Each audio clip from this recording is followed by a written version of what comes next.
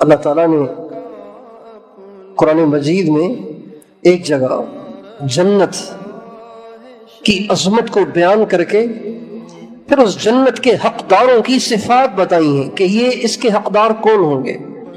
سارعوا الى مغفرۃ من ربکم وجنہ ارضها السماوات والارض اعدت للمتقین. دوڑو، چل کے نہیں، دوڑ کے چلو، تیز چلو، بھاگ بھاگ کے چلو. کہاں؟ اپنے رب کی بخشش کی طرف اور جنت کی طرف. کون سی جنت؟ جس کی صرف چوڑائی زمین آسمان کے برابر ہے. ساتوں آسمان ساتوں زمینوں کے برابر تو اس کی صرف چوڑائی ہے، لمبائی کو تو خدائی جانے. اور وہ ملے گی کسے؟ اعدت للمتقین. اللہ تعالیٰ فرماتے ہیں یہ جنت میں نے بنائی ہے، سجائی ہے صرف ان کے لیے جو متقی ہیں. اور متقی کون ہیں؟ الذین ينفقون فی السراء والضراء والکاظمین الغیظ والعافین عن الناس واللہ یحب المحسنین. جو تنگی فراخی میں اللہ کے نام پہ خرچ کرتے ہیں اور جو غصے کو پیتے ہیں. میں نے جنت جو بنائی ہے نا، جو سجائی ہے، اتنی بڑی جنت، یہ ان کے لیے جنہیں غصہ آتا تو ہے. یہ نہیں کہ غصہ ان کا مر گیا ہے، غصہ آتا تو ہے لیکن وہ نکالتے نہیں ہیں، پیتے ہیں.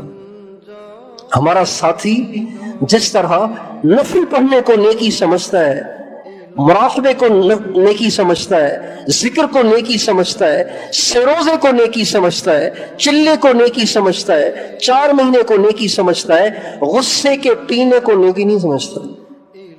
اس سے پھٹ پڑتا ہے، اس سے بے قابو ہو جاتا ہے، اس سے بے خود ہو جاتا ہے، اس سے جو منہ میں آتا ہے وہ بولتا ہے. مومن ایسے نہیں ہوتا.